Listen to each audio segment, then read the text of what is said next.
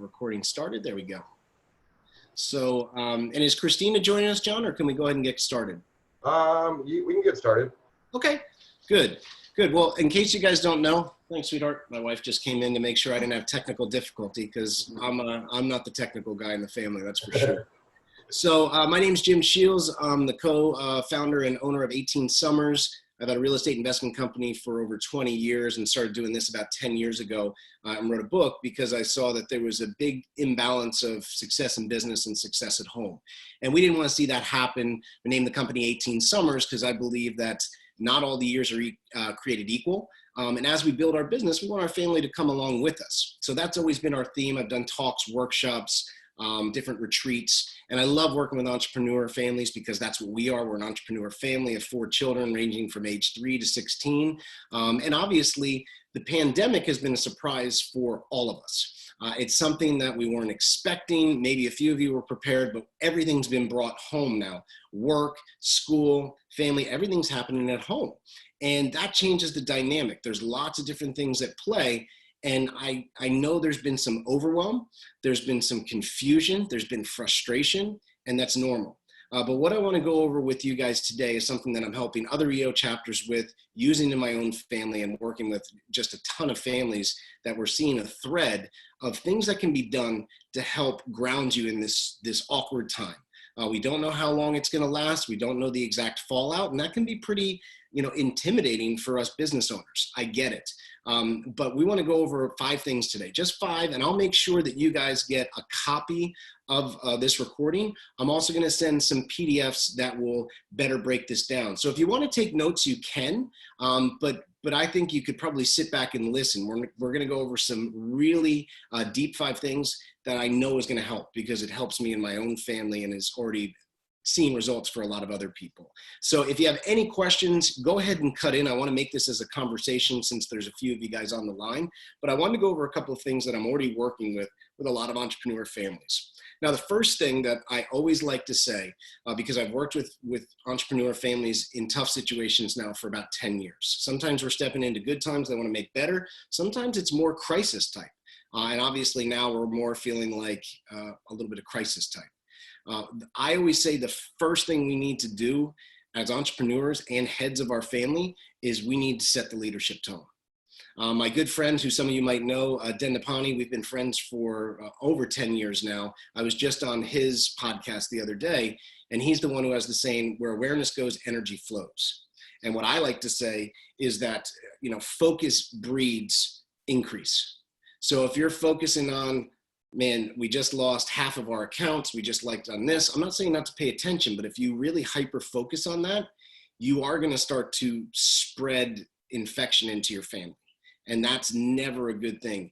It's very important that we need to know the huge responsibility we have. We absolutely set the tone. And that can be an example of good or bad. If you're worked up, if you're walking around the house just completely in your head and worried in front of your family, that will set the tone. Maybe your children won't respond in the same way, but they might start having more meltdowns if they're toddlers. The teens might be a little more grumpy and distant. It is up to us to set the tone. And let me tell you, in 2008, I didn't set the best tone. I came that close to bankruptcy, and I was worried, I was worked up, and I think that's normal. We all want to do that, but it is a choice. And I'm feeling it with this. Sure, I've lost business. I have lots of real estate projects going on. We had tons of talks and workshops that we delayed, but I made an absolute promise to myself on the second day, because the first 2 days of this, I was feeling cranky and short and in my head, and all of a sudden I cut it. It was March 17th. I said, absolutely not. I'm not going through another meltdown like this. Whatever happens, I'm going to do my best, and I can have better vision, which I'll talk to you guys in a minute. So I really challenge you guys to set the tone in your family. It might sound a little simplistic, but are we really doing it? And I also need to remind all entrepreneurs, it is not our family's fault. Now you say, oh, of course I know that. But if you stop and you think for a minute, the way that we're actually speaking, the actions we're actually taking, we might actually be insinuating that somehow this is our family's fault, that all this is happening. It's not. I even say to myself, if I'm starting to feel worked up and there's craziness at home, it's not their fault. It's not their fault. it's not their fault. I think that's a really, really important thing. And we're all still learning. I tell this story about a few months ago, my little daughter, we let them watch Kung Fu Panda. And our 5-year-old turned around after the movie and karate kicked our little 3-year-old guy really hard. And she didn't mean to. She was excited. She had watched this movie with big brothers. And so I yelled from across the room, "What are you doing? That's what, you could have hurt him." And it was loud. And man, I felt bad. She got scared. So I brought her in my lap and I said, "Maggie, I'm so sorry. I just got nervous. You're stronger than Sammy. He's a lot smaller than you. That could have really hurt him, so I'm sorry for yelling."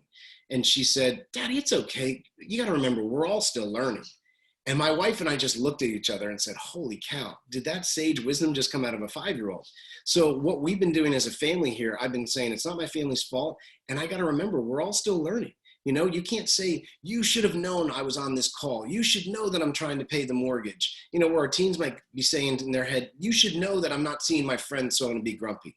If we all just give each other that little bit of space and say, we don't know what's exactly happening and we're all still learning, I found it gives a little decompression to what can be a heightened situation.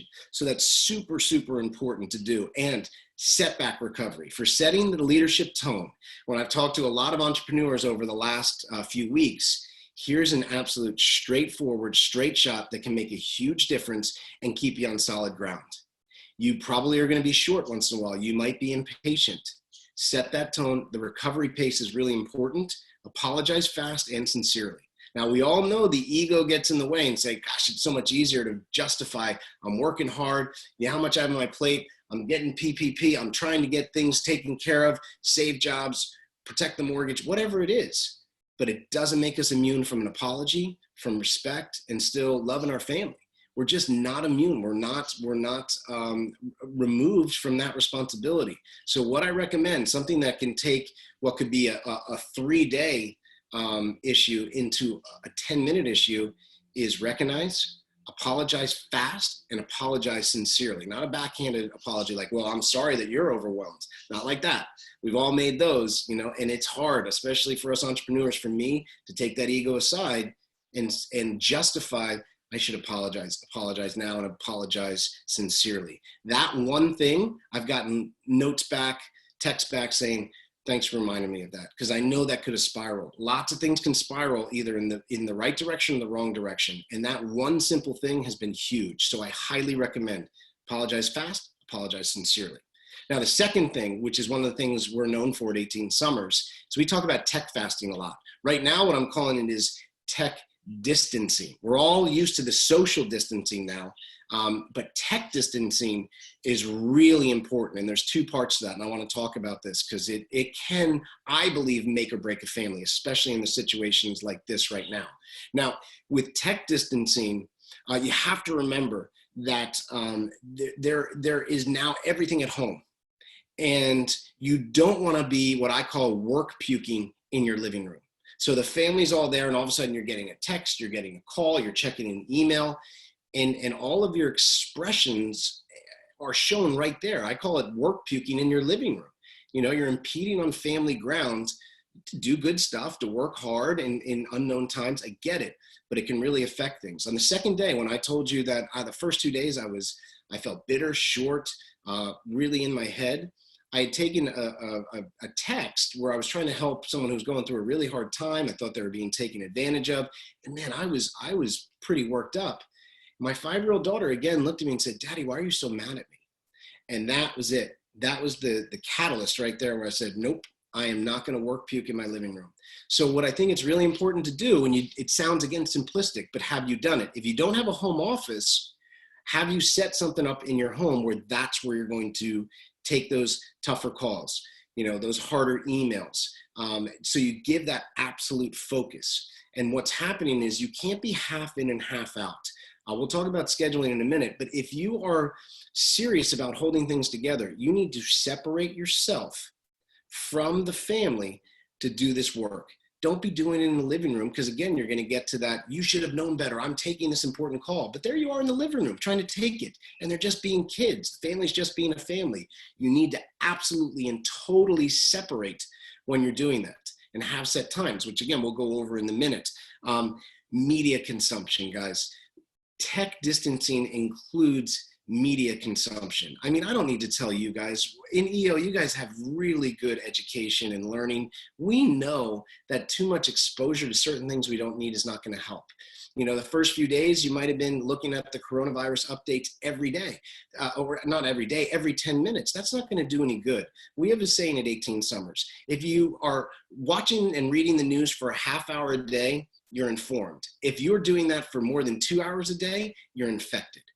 Don't do that to yourself, because again, remember, you're trying to set the tone. It's hard to set that tone if you're inundating yourself. Of course, I'm saying to stay informed, but don't over inundate yourself. So I think that's super important. Tech has to be completely focused, out of the way. Like for me, I have a 9 o'clock daily huddle with my team every morning. For the first few weeks, took the call in my SUV because I learned that real quick. There's a lot of busyness in our house at 9 a.m.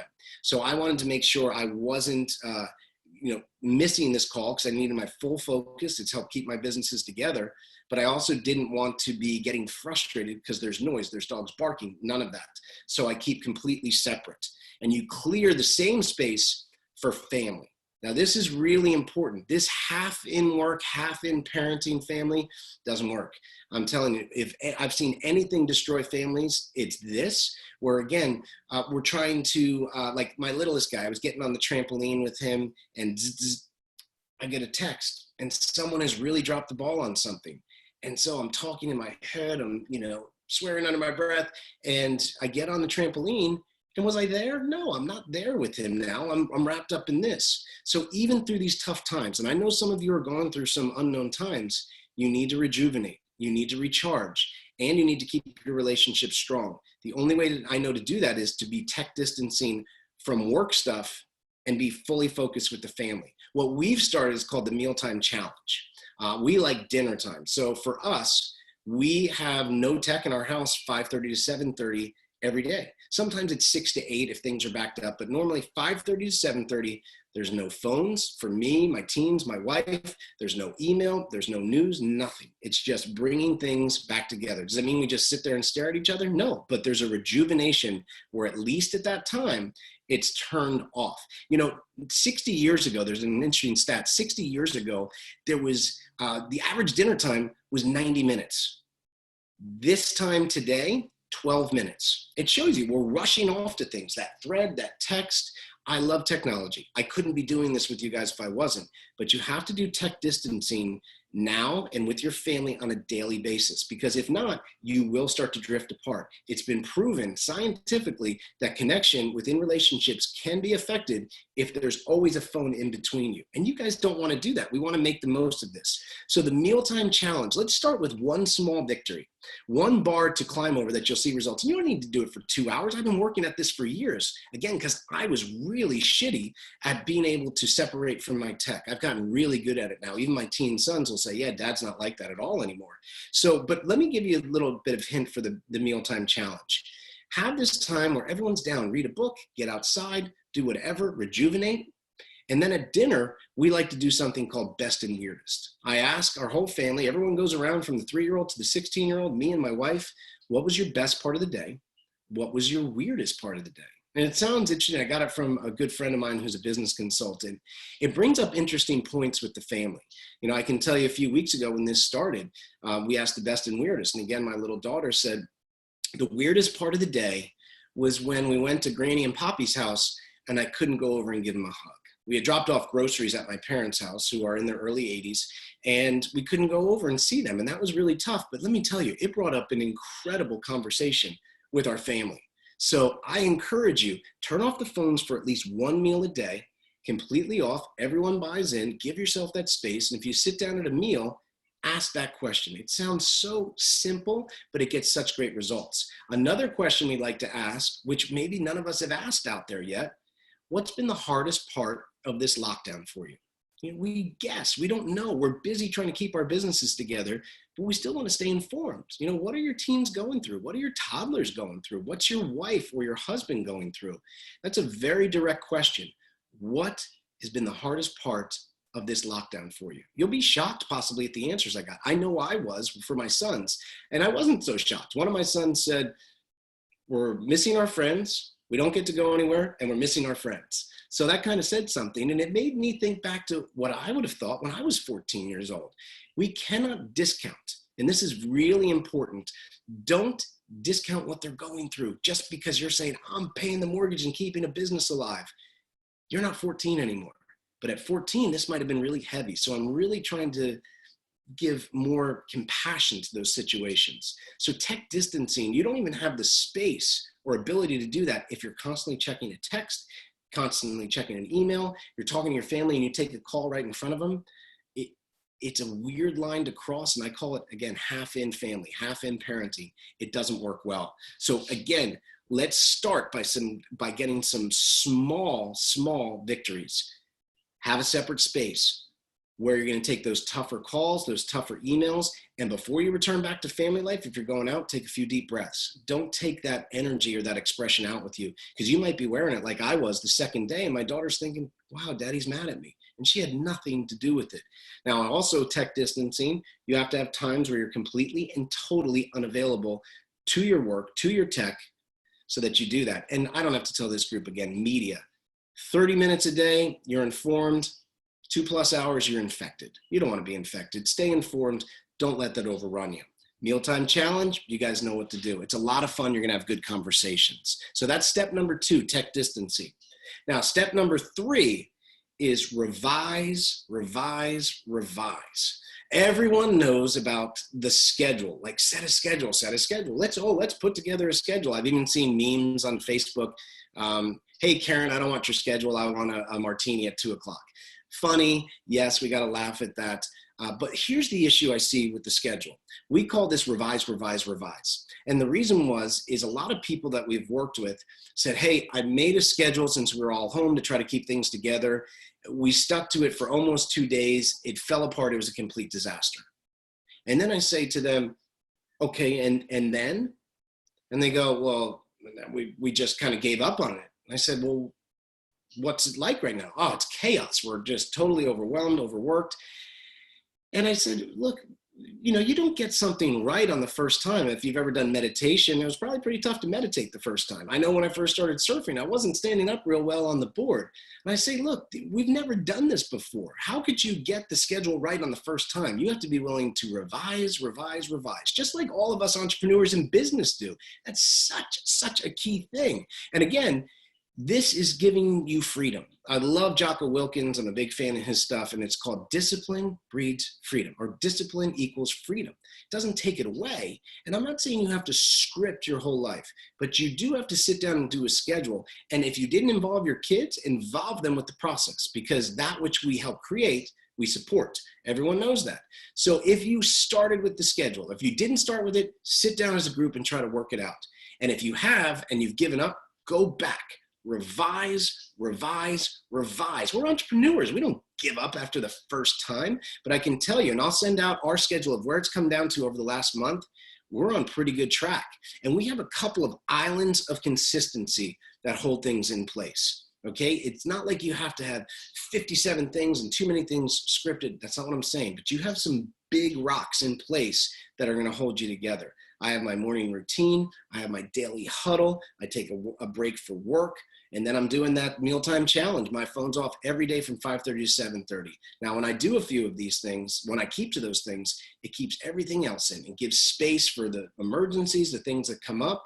And we've linked it up with the times with our older teens watching the little ones, because my wife and I work together for about 2 hours a day on different family stuff, and then just lines it up just so we can support our teens when they're doing something. Again, the family works together. So I really want you to look at those schedules and rhythms, and what rhythms can you set? My first rhythm is I have to work out in the morning. I mean, I am ADD. If you've given up working out in the morning right now, oh man, come on. You guys know better than that. I have to do it. Again, I don't think straight. I'm starting to get cranky. So you want to set those islands of consistency, a few schedule and rhythms that you're going to put in there. So I highly, highly recommend that. And again, one of the questions I love to ask, just looking at my notes of what I had said to a couple of parents was, how many times, and we've all heard this one, how many times does a baby give up trying to walk after falling a certain amount of times? And the answer is what do you mean? They don't. They keep going until they walk and they fall and they kind of laugh and they keep going. That's what we've been trying to do, is keep a sense of humor on this. Our first schedule, I can tell you this with all embarrassment, I thought things were going to be slow in my 2 different businesses and just kind of like a holding pattern. And I'm like, well, it's going to be slower and I'm going to be home. So, I'll work a few hours in the morning, take off from like 12 to 3, enjoy time, and then, get outside with you and the kids, maybe over to the beach. Our beaches are back open. And, and then I'll go back to work for a few hours. Man, I'm inundated. I'm busy right now. You can imagine there's a lot of families. Again, I have my real estate investment company that we're holding really strong on and better prepared way more now than '08. But again, that takes some work. So I was like, I laugh now and go, I wasn't able to take off 3 hours in the middle of the day. What was I thinking? So again, don't beat yourself up. We're all still learning. We've never done this before, but you got to get back to this schedule and then put it on the fridge. Have everyone a part of it and stay with it. And if you have teens, this is not very popular, but I'm going to say 2 things we do. Tech distancing, our teens have a certain amount of time on their phones that my wife controls. Once they use it up, their phones, all the apps go off for the day. We like to budget. Budgeting is a great thing. We have to learn as entrepreneurs. So we don't want them over inundated with tech because we know that gets them grumpy. We also, during the week, we're still making sure school is done in the morning. We all start to run out of steam as the day goes on, especially teens. So we're having them up early every morning. I know some people are like, oh, I'm letting my teens sleep till noon. I get it. Well, but they're sad. It's a personal choice, but people have asked me that, so I had to share with you. Our teens are up. We let them sleep in on the weekends if they want, but they're up to get their school done so that it keeps things, again, in rhythm. That's so important. So guys, step number 3, revise, revise, revise. Don't give up on that schedule. Don't push it to the side. Sit down at the table, bring everyone's input in and try to put it together. I'm going to send you mine so that you guys can see it. We've worked really hard on continuing to fine tune it. And guess what? We don't get it perfect every day, but it holds us to something. Again, those islands of consistency, they're called, have helped keep things together, helped keep us laughing, helped keep us from, getting at each other. It's really helpful. Is it perfect? No, but it will reduce toddler meltdowns and it will reduce teen grumpiness. I've seen it firsthand. That I can absolutely promise you. So step number 3, revise, revise, revise. The baby doesn't give up walking after it's fallen so many times. It's going to keep going. You do the same. Now, this is something of real importance that I want to talk to you guys about that I think can help both in family and in business. I call it inventory, educate, action. Now, when I was almost bankrupt in 2008, I had to take inventory. Okay, how bad are things right now? What's going on? Where are we at cash position wise? How bad is the market getting? And so I had to take inventory kind of the situation. And then seeing that there was a crash, I had to get educated. I had to get educated on negotiating debt. I had to get educated on how to work with investors that are fearful. I had to get educated on the new market conditions. What would still work in today's market? Because I needed to hold things up while also producing income now, even in volatile market conditions. So I had to get educated real quick and then take action on it. I think this is something we're not doing personally or professionally enough. If you have not done an inventory list, do an inventory list. Like maybe you're fine with your business. You're set. You're distributing toilet paper. You're in healthcare. I don't know. But you've been brought home and you say, wow, our family life is really wounded. Take honest inventory in that. That's not an easy thing for any of us to do. But if the family life is wounded, take inventory on that. And with this time you have, get educated, get directly educated. Okay, what's going to help fix these things? Kind of like what we're going over now. How do I strengthen this? How do I repair this? It might be personal, it might be business. You might even look at your health and say, man, I've let myself go. I was working really hard to get this thing done. I'm overweight. I'm not feeling well. I'm dragging in the morning. I'm sore. Just because we don't have a gym doesn't mean we can't work out at home. You can look up things of how to get educated. What things? I just pull up any odd thing on YouTube for power yoga or surfing yoga, and I'll just do it. But I make sure that's, again, part of my daily rhythm. Take inventory on this stuff, guys. It's so important. I know it sounds simplistic, but if you haven't taken inventory on your family life and on your business and aren't getting directly educated and taking action, that's going to be bad. If I hadn't done that in 2008, that would have been absolutely disastrous. Now, some of you know my story too with my wife. One of the things I'm most proud about, and I'm so lucky, my wife was married young to her boyfriend in high school right after college. Very tough situation, abuse, alcoholism. She had two beautiful little boys, but she stood up for herself. She got out of there, but she did it on her own. She was aware that there was a problem. What she did is she took inventory. Okay, what do I need to do? Where are we at? This is a bad situation. She got educated of doing hundreds of pages of paperwork because she couldn't afford the lawyer to get the divorce through, to figure out how to protect her children and her, and she took action. And thank God I met her a few years later. The two boys now I've since adopted. I have two biological and two adopted children, which I actually feel like the luckiest guy in the world. But again, I'm giving you a personal example. My wife had to take inventory on a really bad situation. She had to get educated on her own of how to handle it, and then she had to take action. So go back to that. If you're going through things with business or your family, take inventory of where you're at, get educated directly in that, and take action. It makes such a huge, huge, huge difference. I wanted to give one more example. No, you know what? I'm not going to give another example on that. I'm going to keep that one where it is. But ask yourself, where personally and professionally have you not taken inventory, educated, or action? I know with my speaking business, yeah, I'm going to do more Zoom calls. I'm not going to have as much travel. I'm going to educate myself on more private consulting. These are just some changes. With the real estate, I said, well, let me get educated. This is actually a good example. For real estate, I do a lot of real estate investments. There's so many people out there that are saying, oh, this is going to happen and that's going to happen. I don't let the butcher tell me how to bake bread. I think that's a very scary thing. Guys, there's a lot of people out there that you should go to now for moral support. Take as much moral support as you can, but be very, very wise of who you take technical support on. Because in all of your individual businesses, I guarantee you there are very few people that can give you good technical advice. Now, when it comes to the real estate markets, there's only two people I follow. One of them, a group ITR out of Texas, they've called everything since 1985. Two brothers own the company. They seem honest, fair. I wish I had listened to them in 07, 08. So I went straight to them. What are they saying? What are their reports saying? Because there's lots of news and media out there. I encourage you, as you get educated, make sure you go to someone that has the qualifications and the history and the background and the track record to give you technical support. Because some people out there are giving technical support that might not be the best right now. And I have lots of friends in retail.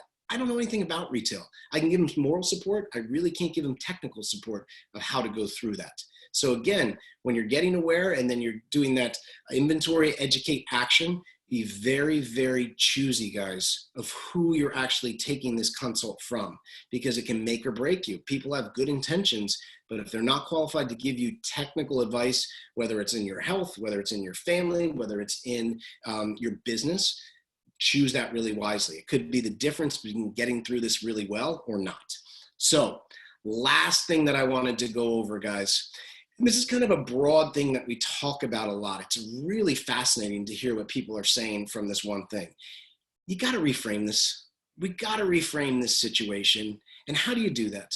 The way that we've been helping people reframe the situation is we're bringing up one of our favorite exercises, one of the activities that we designed years ago that has really helped a lot of people in the trajectory of how they run their business and their family.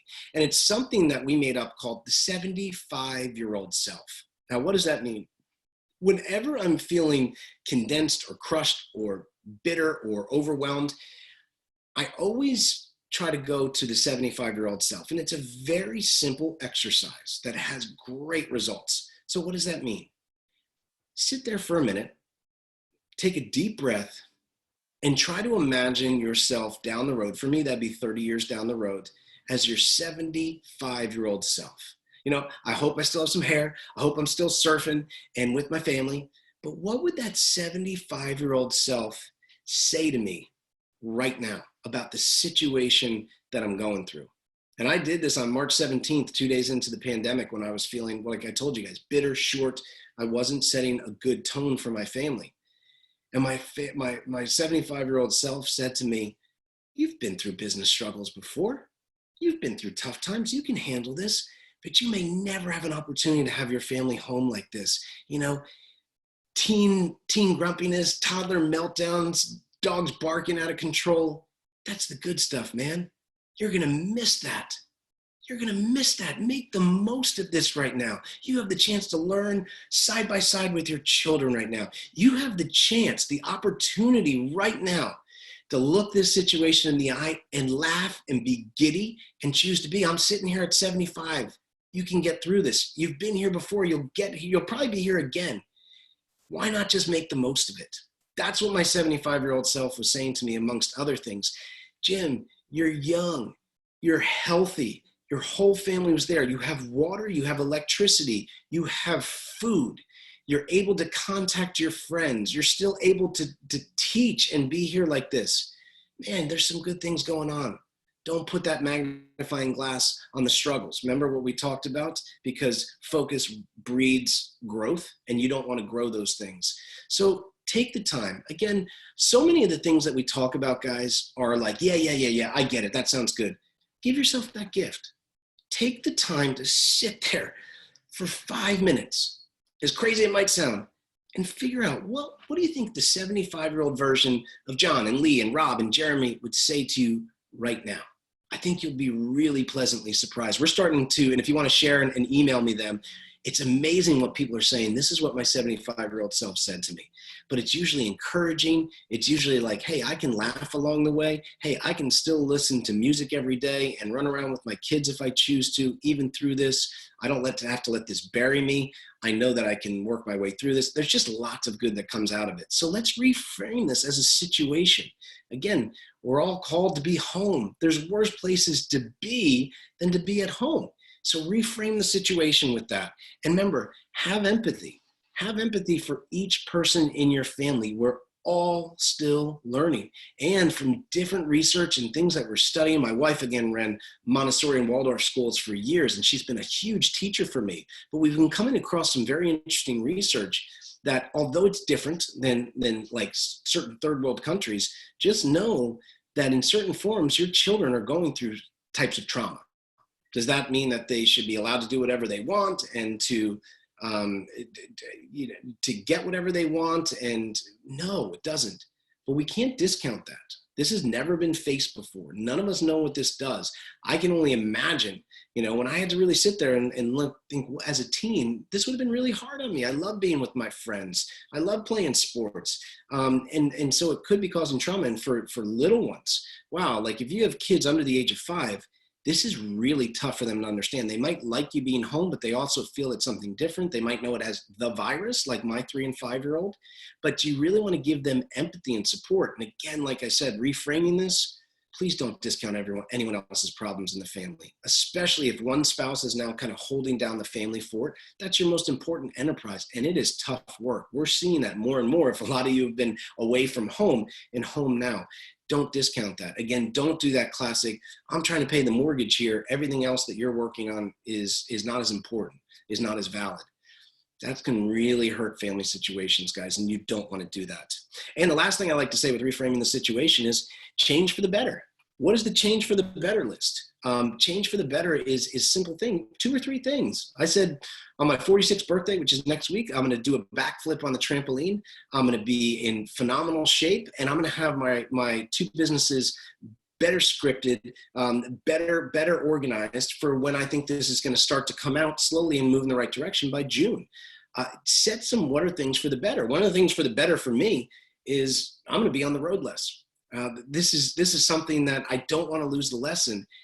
It's crazy, and some of you might go, you're nuts. Have we had those meltdowns and short moments? Of course, but I really like being home. I like to see my children. I like to watch them laugh. I like them bringing me in on jokes more and more. So I've decided I'm going to travel less moving forward, not because I'm scared, because I want to be home with them. So that's really important to me, and it always has been, but I want to cut it back even further. I already promised I'll still come to your EO chapter. Don't worry about that. But I really am limiting the amount of time I'll travel each month because I've learned that lesson. So do a change for the better list. 2 or 3 things. Might be something personally just for you. I used to love doing flips. I stopped doing them a few years ago for no reason. I'm like, I'm going to do a flip on my 46th birthday. I'm going to keep working out through this whole thing. I'm going to have my businesses better tied in, and I'm going to be closer with my relationships. And overall, I'm going to probably travel less now, which I'm totally cool with because, again, 18 summers. If you guys don't get that, a mentor of mine said that to me years ago. He said, Jim, these family talks you're doing are really important. remember, you only have 18 summers. He has 3 grown daughters. He's like, my daughters are still my daughters, but I'm telling you now, it's different. And I did the research on it. The average person will spend 85% of the quality time they ever have with their kids by the end of the 18th summer. So the years, like I said, are not all created equal. So you want to make sure that you're making the most of this time. Do the math. I don't know how old your kids are, but I know for me, like my sons who I adopted, it's like, wait, they're 7 and 5. I only have 11 left. That sounds so little. And when you start to do things in those simple numbers, I think you're gonna have a new appreciation, a new excitement, a new motivation, which is what we all need. So guys, I don't want to stay on too long. Again, I like to get to main points that I think you can understand, that you can buy into. And I promise if you put into action, you're going to see results. So let's go back through them real quick. First step, you got to set the leadership tone. The tone you set will trickle down, and you do have the ability to set the tone that's going to help you get through this better, stronger, and where you're going to be more proud, where you're going to look on the other side and say, I handled that pretty well. I handled that with a sense of humor. I handled that with my relationships being close. You want to give yourself that reward. So set the tone. The second thing, tech distancing, guys. This is so key. We don't even realize how much those little phones are running our life. Have a set place and times when you're going to be fully focused on work. Have set times when you're completely and totally unavailable to work and with your family. Try that mealtime challenge. Sit down, ask what's the best part of the day? What's the weirdest? Regroup. That's such a bonding time. Man, I've loved my dinners more than anything of this whole pandemic. And third, revise, revise, revise. Come on, you don't give up. You're an entrepreneur. If you started the schedule and you didn't go back to it now. If you haven't started it, get one together now so that you can try to work together and keep revising, keep changing it a little bit. Stick to the core principles, but keep changing that so that you have that. You only need a few islands of consistencies, a few rhythms I've learned to keep the family together. Mealtime challenge is one of the best things I can do. And no, this doesn't take away freedom. Freedom is bred by, discipline is bred by freedom. Number 4, inventory, educate, action.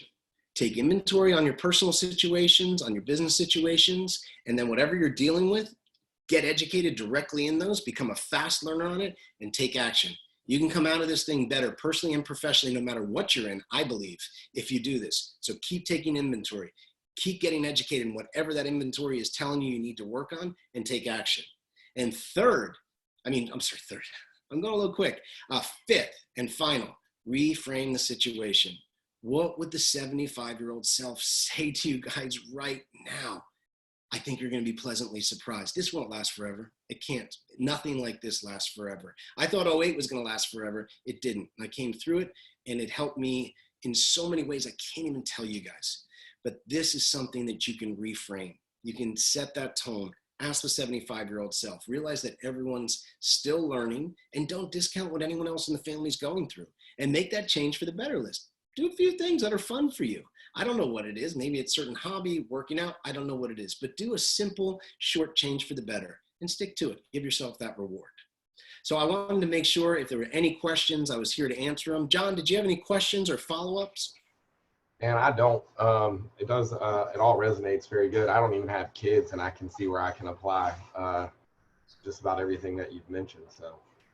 Good. Yeah, this is for family. This is for the individual and people with families. Even if you only have a spouse or a girlfriend or a boyfriend, I think this is super, super important. Even if you're alone, setting the tone, tech distancing, revising your schedule, taking inventory, all of this could be for a family of 20 or a person of 1. For sure.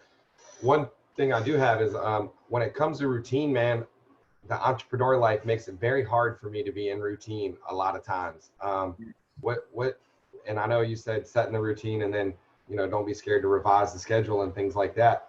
But I find it hard to get consistent with routine. You got any tips for that? Yes. What I recommend is a lot of times when we think of routine, you're going, gosh, I need to put 17 things on the calendar every day that I need to stay in routine. That's not the truth. Like an example I can give, John, is start with some big rocks, some big pilings. Like I live here at the beach, so the house is right across from me. They're on those pilings. So when the tide comes in, the tide comes out, the house doesn't go anywhere. So a big piling for me in my businesses is that daily huddle every day at 9 a.m. I learned that from Vern Harnish. And that 20 minutes helps keep my business together. So again, take inventory. If you're not doing something like that, that's what I would do. I also encourage, normally, again, with tech fasting, tech distancing, in order to do deep work, Cal Newport, if you've ever read Deep Work, you need to turn things off. You need to have complete focus to finish a project, to take a call. And if you're doing a text or an email on the side, it's absolutely killer. So I would schedule some deep work in the morning. Most of us are going to run out of steam by the afternoon. So deep work schedule in the morning. That's been a huge thing for me, whether I'm writing, whether I'm kind of writing out and whiteboarding some strategies. And I don't allow my phone for email or any of that to be on there. And it seems like, gosh, I got so much more done. So that's one of the biggest things we're batching, John. If we've all heard it, but do we do it? I check email at 10 and at 4, not again. And have your phone off from text so that if you're working on a bigger project, you can finish it. That's the starting point I have. But again, just put a few things in place and try to stick to those, not over scripting. Yeah, we do daily huddles, and I do stay pretty consistent with the daily huddles. I have 3 of them to do though, so I do miss one because one runs a little long or something like that sometimes. So I do that, and then I also have all of my notifications as far as like text, ringer, all that stuff's cut off so my phone doesn't distract me during the day as well. I have a few things, I guess. I just am not where I want to be, so I guess I just got to keep working at it. Well, again, I think the answer is going to come up too, John, when you do the inventory, educate, action. So for me, again, to make the right decisions, when all this started to happen, right away I said, man, is this going to be another real estate meltdown like 2008? And once I took inventory of where my portfolio and all my developments were at, and I went to get educated from people that knew, I then knew the action steps to take. So this might sound crazy, but if you actually take the time just to do this inventory list of just reflection and jotting some notes, I think that's going to lead you into that right path of, okay, what do I need to kind of get a little more acquainted and educated with? And then the actions are going to be clear. Does that make sense? So you don't feel like you're spinning around, like almost like that, I have a boxer, like a boxer dog running after 6 toys at once. Yeah, for sure. I'm ADD, so that definitely does help. So am I.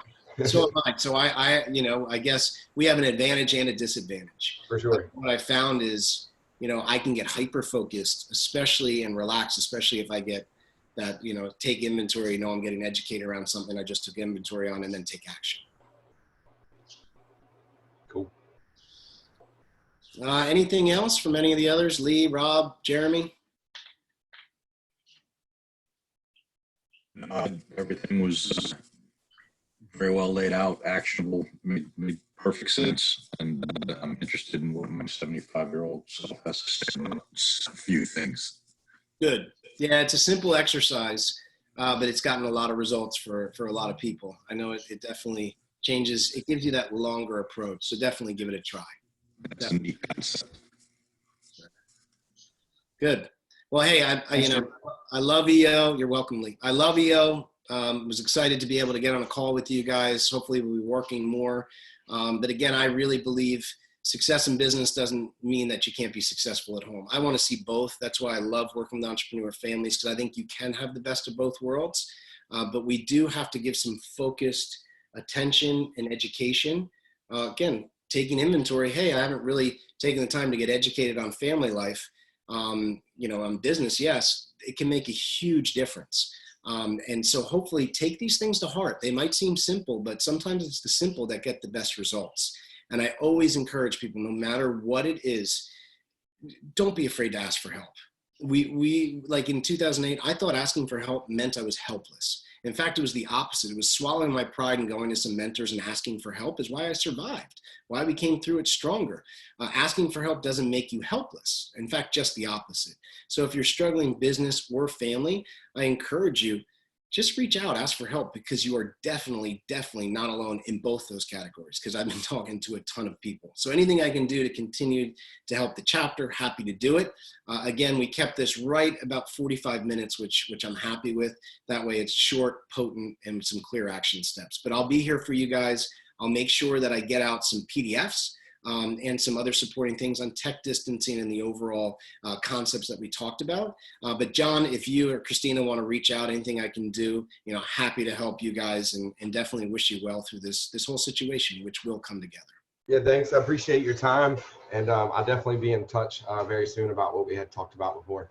Excellent, excellent. Well, hey guys, let's do our best through this, and again, keep that leadership tone where we can still laugh, we can still have a sense of humor, and get through this with our family. Yep. Thanks, Jim. Appreciate it. Thanks. Great. Take care. Okay. Bye bye.